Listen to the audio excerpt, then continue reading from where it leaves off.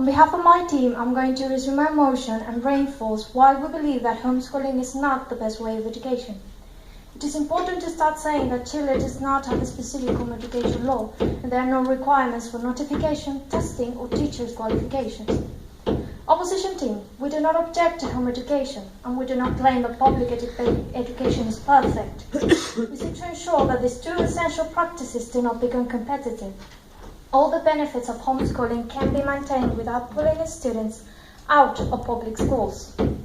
Parents influence their children and can direct them to other intellectual pursuits that the school does not offer, or can tell children why they object to something they might hear or learn in a school, rather than pretending that the subject they dislike does not exist. But if they wish to keep child abuse secret, to radicalize or unschool their children, to create their own education system with other parents or guardians, or to avoid more tiring oversight through homeschool, we object to this, in your statements, of course. We, therefore, find it justifiable to ban homeschooling as a practice, not because it is an evil, but because it takes away the good of social education, and because it can endanger some children. As our second speaker said, teaching is an art that requires the ability to understand children's needs. In a perfect society, everyone homeschools, but in life, not everyone is responsible enough for the education of their own children. We strongly disagree with you when you say that homeschooling offers a shelter from the pressures and influences present in public schools.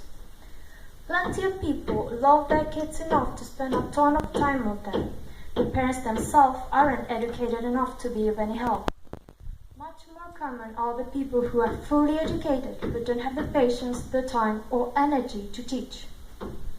The responsible people would decide which of the two types they are and homeschool or send to school accordingly. Many, however, will not make good judgments and try to teach with a lack of time or energy or patience. Dear judges and opposition team, now tell us, which is your position regarding homeschool? Would you consider homeschooling as your option? Thanks for your respect and attention.